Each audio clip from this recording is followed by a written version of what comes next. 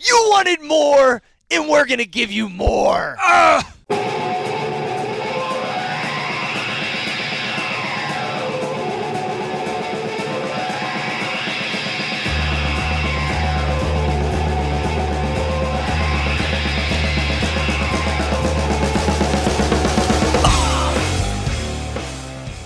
Jeremy, tell them what we got. All right, as always, rapid fire. We got a bunch of different topics: current events, news stories, sports, a little bit of everything. I read the topic headline, and the guys get to weigh on it for a couple minutes. Let's go. All right, first, so Starbucks recently is going to be blocking all porn websites on their Wi-Fi when you go into the store. So PornHub responds to Starbucks porn ban with a clever new safe for work idea. Sure, the desire to watch pornography in such a public venue is a bit unnerving, but who are we to judge? PornHub has as much to lose as anyone in this scenario. On Thursday, they announced its brand new Safe for Work category, specifically designed to help those of you who are just itching to surf the site while visiting a public coffee shop. John. Like, honestly, on this one, fuck you, Pornhub. Like, if I'm Starbucks and I am providing free Wi-Fi for my coffee shop business, I know that somebody can come in, buy a cup of coffee, bring in their laptop, spend a couple hours. If there isn't a bigger business deterrent than some scumbag on his laptop watching fucking Pornhub in Starbucks, you're going to clean out the whole fucking place and no one's going to want coffee. So Pornhub, like, have a little bit of respect. We know you got enough money to live 50 million lifetimes. Have some respect, and Starbucks, good for you. Because when I go in there, I don't want no one looking at Pornhub and fucking whacking their fruit bat, dude. Hey, it's the outlaw mentality. You going to outlaw it? I'm about to give you another way to still do it. So Pornhub is still trying to get paid. Yeah, I mean, I would think, like, are you fucking for real in Starbucks watching porn right now, bro?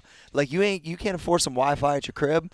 Like, come on now. Hey, bro, but like, these are the parts. Is your latte getting it like that? Like, these are the parts of America, like, where you just want to look at the dude at Pornhub and, like, bro. Like no, the businessman's still making the option. It's the dude who actually is watching porn at Starbucks I got the problem with. It's a combination of both I of them. say Like, fuck you, Pornhub. man, just like the standard for behavior in America is kind of fucked up now. Hell yeah, you know what I'm saying? it's fucked up. To think that you would even assist somebody, fuck the whatever it is, fuck the coffee shop, the library, any public place. You know, you probably shouldn't be whacking your Johnson in public. Hell no, you shouldn't be whacking your Johnson in public. All right, what we got next? In related news, a blind man sues PlayBoy for not being user-friendly to the visually impaired. He is reportedly suing PlayBoy for violating the American with Disabilities Act in hopes to make their website more accessible for the blind and for unspecified damages. Corey. First of all, Jeremy, I commend you on these fucking topics. These are hilarious. Man. These are hilarious. Yeah. If they let somebody sue Playboy because he's blind and he can't see, like, what? What is wrong with us in America right now? You can't jerk. You can't. Listen, let me lay something down to you real quick. You can't jerk your gherkin at fucking Starbucks. And if you're blind, Is gherkin a real thing? John, jerking your gherkin is serious. Is it gherkin? I've never heard of gherkin. You can use that if you want. You can say neat, and you can say jerking your gherkin. Okay. Use that, John. Okay. Listen, you can't jerk your gherkin at fucking Starbucks, and you can't fucking sue Playboy if you're blind because you – what? What, are you going to get some braille pussy? Yes. I mean – what the fuck is wrong with people? You know what I'm going to say is, Jeremy, even though we're halfway through this, just pass. I mean, there's nothing to say. I threw out gherkin. That was I enough. mean, if they can make braille fucking pussy, then let's talk about it. But until then, whatever. All right. In sports news, LeBron James is reportedly ignoring all of Luke Walton's play calls to nobody's surprise. John. I seen that show before. respect LeBron James as a man. I don't respect the way he goes about handling his team. Because I remember talking about this last year, even with the Cavs.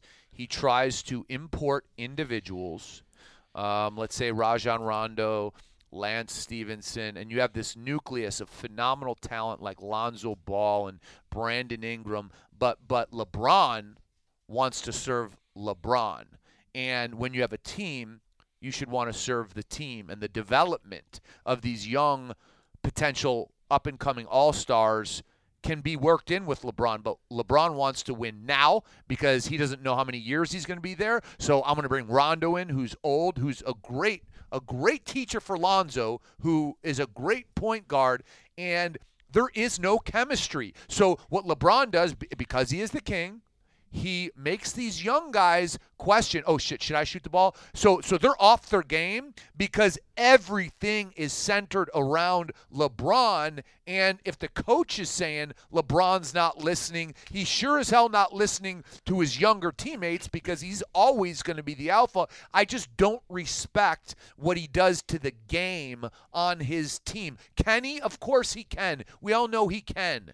But it's just really shitty to your teammates. Like if I was Lonzo Ball or Brandon Ingram, I would be really upset because I want to be my best shot at a LeBron James. I want to be a 10-time All-Star. And this guy is impeding their progress. My thing is always that first thing I thought when he was going there was how the fuck is Luke Walton going to manage this situation, because he was a subpar NBA player. Yeah, his dad was a boss. He knows the game. But they're still in the same era, too. You got it. So it's something like we talk about. Unless it's at a peer level, a lot of times it's hard to operate with people your same age or older than you, right? So you think about this. I knew he was going to have these problems. You see when the lack of chemistry with LeBron, it's isolation ball. It's a little sad because, man, he got everything there. And will they get it together? I hope so. It's just one of those things. Like I wonder if, and he's getting old. So it's like I thought as LeBron would get older, he would, because he is a guy who likes to pass the ball too. That's where I get a little twisted with this. Like if he steps back a little bit more, the chemistry would be better. They would win. But it's like stand around, watch LeBron play one-on-one. It's like, you know what I'm saying, Mo? I got a few things to say about it. One, I'm the ultimate team guy when it comes to coaches, right? I think y'all see me reference Nick Saban a whole lot. Yeah. I reference Coach Trussell a whole lot. And no one guy's above any team, right? You know, like that's the reality of it. And I think that it's kind of like what John's point is. You disrupt. You may get your own goal accomplished, but you disrupt the hierarchy in a chain of command with younger guys. So they can't develop. So the younger guys are saying subconsciously, even though LeBron is here, John, you've allowed somebody to bully you. You're the head coach. You know what I'm saying? That's exactly what it is. And so whenever I don't feel like listening to you, I can say fuck you because if you allow it, you deserve it. You know, I've seen somebody spit in your face and you don't do shit. So it's cool to do that. And I think that sends mixed messages. But then there's a dominance or a personality that has been pushed in NBA sports now, where you have these mega stars and these mega teams. And what basketball was when we grew up, and I hate to say that old school talk isn't no more. Now it's who can fill the seats, who can build their team to be the best team, who's competing against the Warriors. Like we don't even talk about the Western Conference no more. We just talk about who's competing against the Warriors. You know what I'm saying? Right. But I think that the autonomy, the big money in basketball, the celebrity off the court, I just believe that LeBron believes that's his team. You know what I'm saying? But that's nothing. Where I come from, I think that you need somebody to be able to – here we go, and I'll spend 2 seconds longer on this. You need somebody to give instruction to say, hey, go out here and do this. Let me see how their team reacts to a game plan I've implemented. Right. And once I'm working my game plan, you build your game within inside my game plan. But if you go out here and just run your game plan – what the fuck the use of the coaches for? And it's predictable. Dude, what? Here we go. Why are we going to practice, John, if you're going to go out here and do your own thing? This is real shit, bro. But this is to young listeners, young athletes. And that's almost like Max sitting here and we draw up a board. We're getting ready to go down to Tennessee. We draw up what we're going to do. Then John gets on the stage and John just does his own thing. Like, what the fuck? John's playing 101. Yeah, you're playing 101. Right. This is the John Fosco show, but I don't know. But that's why Phil Jackson, though, was so necessary with Mike, though, don't you think? Well, yeah, but to Mo's point about a different era, Mike was not like that Mike never assembled a team True. of Mike didn't have talent. Mike had made Poke Scottie right. Pippen. I don't care. Listen, I was in Chicago. I watched every game. Scottie is a great player. Check him out in Portland. He did good, but he was not a top 50 NBA player of all time. Mike made so him. yeah, Of Mike course. made him, and Mike made B.J. Armstrong and guys you would have never heard of Steve Steve Kerr. Kerr. Yeah. You would have never heard of John Paxson. You'd have never heard of Bill Cartwright. You know, Horace Grant Oh. wasn't even that good in Orlando, bro. So it's a little bit different. But the one thing I want to say about there has to be a dominant force. Absolutely. Is that's why I always compare everything to warfare. There's a general who has the best soldier who can assassinate the most motherfucker, but the general, because war has ultimate consequence. Ultimate. So the best soldier can't go out and say, follow me. The army's going to get wiped out. So if we take it to the extreme, that's what everything is, I believe, in life. It's a form of warfare. And that's why you have to have a leader look at, okay, that's my best dude. That's why he's going to flank and do this and that. But yeah, man, you can't have the inmates running the asylum. That's it. Sun Tzu reference, John? More than that, it's just warfare, man. You have to have a general, dude. Yeah, word. You know? Next. Good work, Jeremy. U.S. life expectancy drops again as opioid deaths and suicide rates rise. Life expectancy for a child born in 2017 is now 78.6 and is the second time in 3 years it's posted a decline. The rate of drug overdose deaths jumped by 9.6%, with deaths attributed to synthetic opioids that are not methadone jumping by 45%. Suicide rate increased by 3.7%. Here, I'll start on this. I think it's wild that we've created medicine, and these things started in a place to help create a longer life expectancy, to help us as we get older, from these ailments and these problems that the body has, and from some of our environmental things that have changed. And then it's now flipped to where now it's what's taking us down. And I just think that is super fucked up, because the ultimate thing, the money, is what's fucking just follow the money. That's it. That's what's driving it. It's sad. What I got to say is, pharmaceutical companies, I'm not even going to speak on. I'm going to take it to the level where I believe the real problem lies. Fuck doctors. I'm sorry if you're a physician and listening, but fuck the doctors. Think about it like this, man. Like, you're 15, you just turned 16, all the shit you got to go through to get your driver's license, then get car insurance and all this shit. Think about what you got to go through to get a gun, okay? Very little. But somebody can prescribe, I'll use myself as an example, Percocet, Norco, and Vicodin when I'm a young man and I don't know what it is. And there's nothing but here's the script, go fill it. That, and these statistics prove it, will alter my life statistically way higher than driving unprepared or owning a gun. Like, the odds that will alter my life are so high, and shame on every fucking doctor that takes a fucking person who isn't educated on this stuff because they don't understand it and just gives them a fucking script. How isn't there like a half hour or an hour or a week mandatory training period, unless you get in a really bad accident, but there should at least be like a 1 hour. Okay, we got to bring, who's your co-signer? Your mother? Okay, your mother's coming in. You're going to go through the opioid seminar before I can write you this script, so you understand that the second you take it, you have to have a plan on how you're going to stop taking it. Like, these doctors are so irresponsible, and I know why. It's because the pharmaceutical companies spiff them every time they write a fucking script. But we're killing people. We're killing our own fucking country. Come on, dude. It makes me so mad. I almost don't want to get mad, because it's like, it's so clear. And if you're a fucking doctor and you're doing that, man, fuck you, dude. Yeah, I can definitely speak to it. Until you see this shit up close and personal, and you see how drugs, both real drugs and synthetic drugs, literally impacts a person's psychology, physiology, attitude, going through it myself, been through it myself, getting over it myself. Until you see that, you don't understand the severity and the significance of it. Then I've also seen the physicians who prescribe literally for money. And I will say this: you have. So I've ran into some guys who are decent guys and try to hold guys compliant. Guys who are trying to get help from recovery, but they usually have a background of dealing with this stuff a lot longer than just a new physician.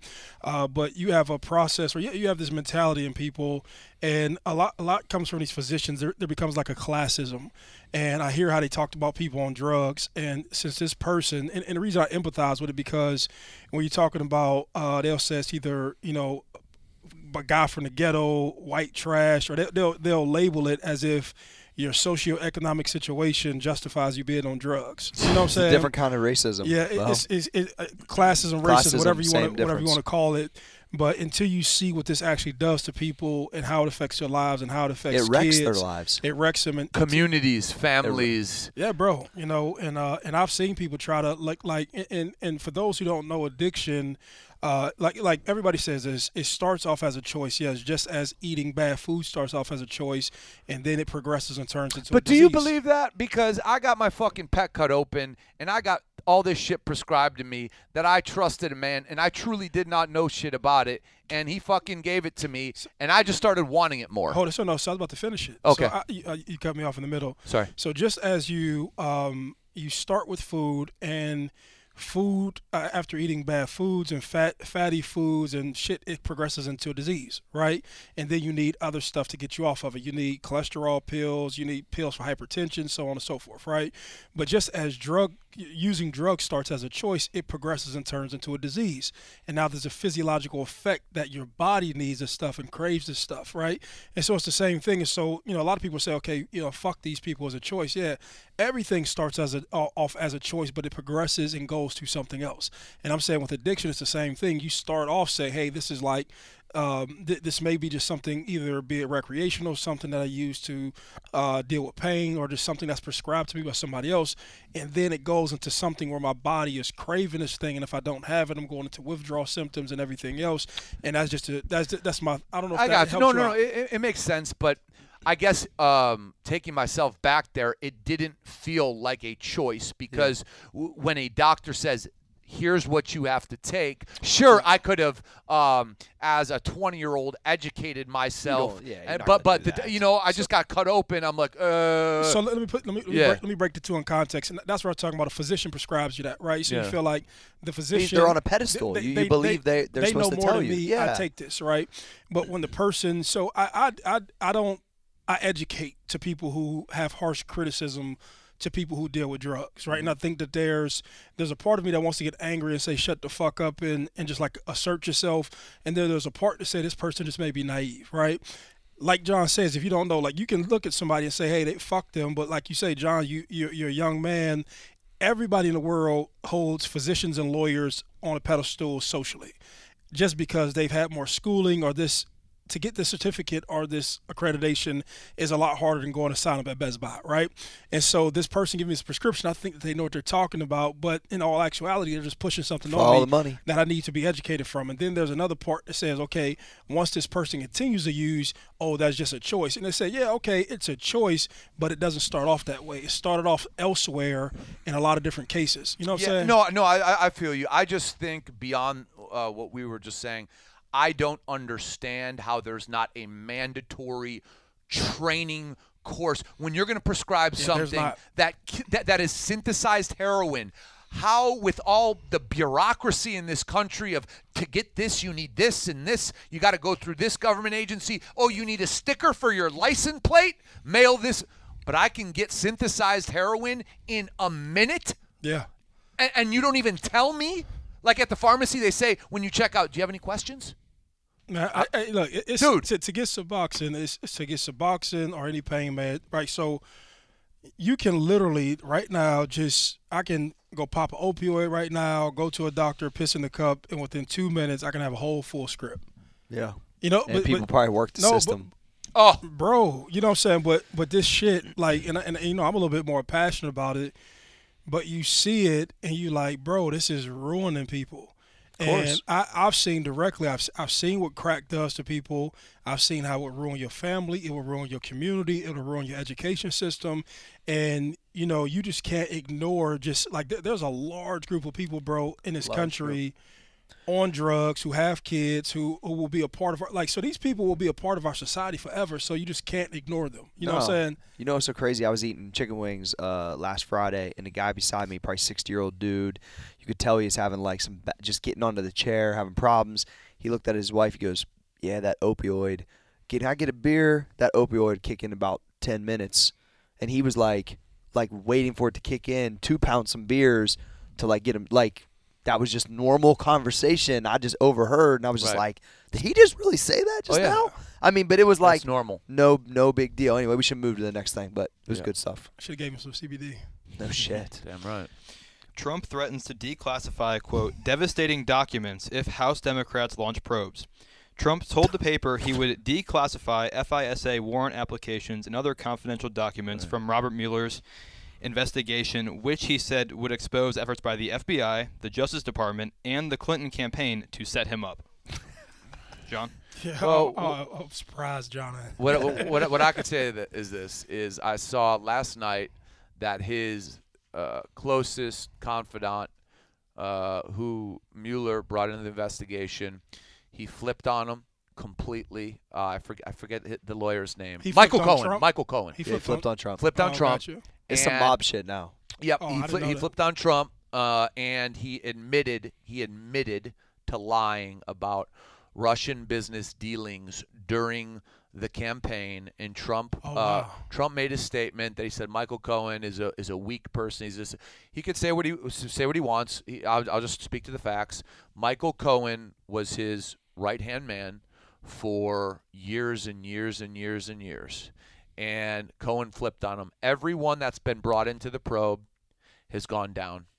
So what I think Jeremy read is you have a guy who knows something bad is coming. If something bad wasn't coming, I always say this. You invite the guy in your office and you say, bro, pull out every drawer. There ain't nothing in it. You know, something. So, but Michael Cohen flipped. So in coincidence with that, another topic, just to add on to this conversation, the FBI also raided Trump's former Chicago tax attorney who saved the president $14 million in property taxes, and the article referenced Michael Cohen and the timing being coincident.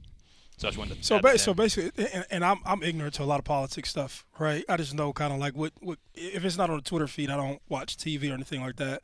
So is this whole thing just to kind of expose Trump for having Russian dealings and the people who are next to him? I mean, it sounds like you're a lot more educated.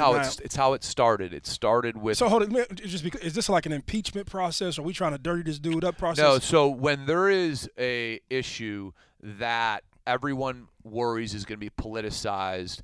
Oh, the Democrats versus the Republicans, what they do is they agree on what they call a special prosecutor, okay? And the special prosecutor, both sides say, okay, this guy's a good guy, let him investigate it. Okay. Because there's no doubt that Russia got into Facebook and social media and affected the election. All 17 intelligence agencies in the United States said that, and Facebook said as much. So they have to launch a probe. Now, Robert Mueller, who's leading the investigation, is a Republican.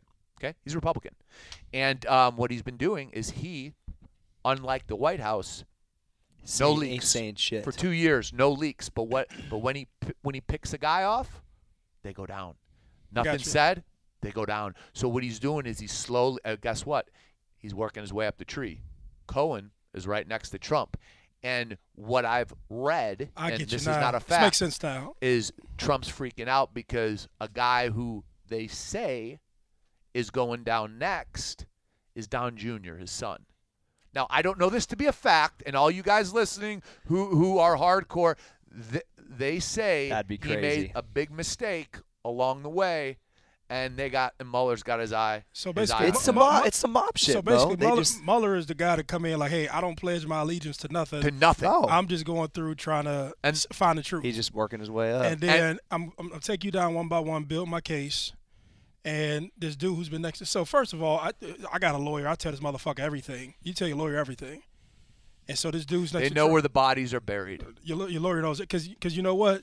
Because they got that confidential. Yeah, because you figure too stupid, and somebody smarter should help you figure shit out. That's what I well, do no, all the time. but yeah, lawyers know the law. Yes. They know positioning. And here's also what happened right after the Democrats got elected to control the House, because Jeff Sessions was the Attorney General, and Trump put him in that position. right when the Democrats got control because Sessions isn't defunding the Mueller investigation. He fired him the day after, and he brought in a cable news commentator who did have a background in law, who said on cable news, "Oh, the way to kill this Mueller Mueller probe is cut off funding for it." He's our new AG. Oh wow. Yeah. Wow. So basically, I'm gonna stop funding this motherfucker so y'all can't investigate more. Yeah, this is street shit, bro. It's like some Rico shit, bro. I'm telling you. So, you know, so when I be found like when people be criticizing hood shit, I be like, it's the same shit, just on a more sophisticated level. They're just doing it with white collars, bro. Bro, it ain't no shit different. Is ridiculous. Got anything else, Germ? Yeah, I want to add on to that just because you can talk on it if you want, but also a report came out that Trump Organization planned to give Putin a $50 million penthouse in the Trump Tower in Moscow during the 2016 campaign. We can gloss over that, but that was another headline that was related. And Trump this dude out of control. He had a meeting scheduled. It's House of Cards. This is a fact. Literally. No, he had a meeting scheduled with Putin before Cohen flipped. Cohen flipped, I think, which was yesterday or the day before, canceled his meeting with Putin. I wonder if this dude now, motherfucker, go ahead. No. That's. I just wonder now, like, do he wake up like, man, I should have never even got into this shit. I could have been still golfing, jetting. But the power though, Mo, just like in any hood too, the dude who's got all the power, they don't want to get like now he tasted it. He tasted it. I guess you. It's the same. It's the same with the fucking mob dudes. And he's testing the powers of the presidency. Nobody has gone to the levels he has gone of eliminating things of president. Like, he's testing the power of the presidency. So what he's saying is, I could fire Mueller if I want to. What all the Republicans are saying, even though they support Trump, is that just doesn't get done in this country. So it wouldn't be surprising to me if this guy tested his level of power. So he can fire this dude. Good. Technically, I believe he could. Is that what Nixon tried to do, or no? That's what.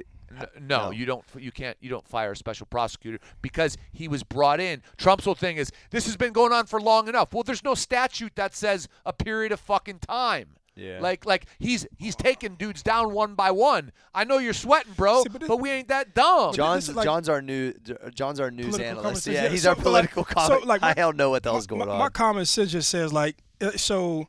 It's just like this. We talk about you can't be effective in business and have beef at home. Like, how could you actually you can't like really run the country and have this shit going on in your life, dude? You know what I'm saying? That's like common sense. Like, I can't talk about like the economic. Like, so you know, I'm a little bit biased now because you know the GM plant in Youngstown shutting down. 2,500 jobs are gone. You know what I'm saying? You can't be strategizing in these places where you're losing 12,000 jobs in these small towns to bring new industry in, to negotiate new deals and have a supreme focus, bro. You know what I'm saying? You just can't do it and have all this bullshit because we know, like, we're human. Bullshit consumes you over coffee, over lunch, over breakfast, on your text message, on your Twitter. Especially if you're a rich guy and it could put you in prison. It's because you know what, Mo? It's ever present. We used to talk about this all the time.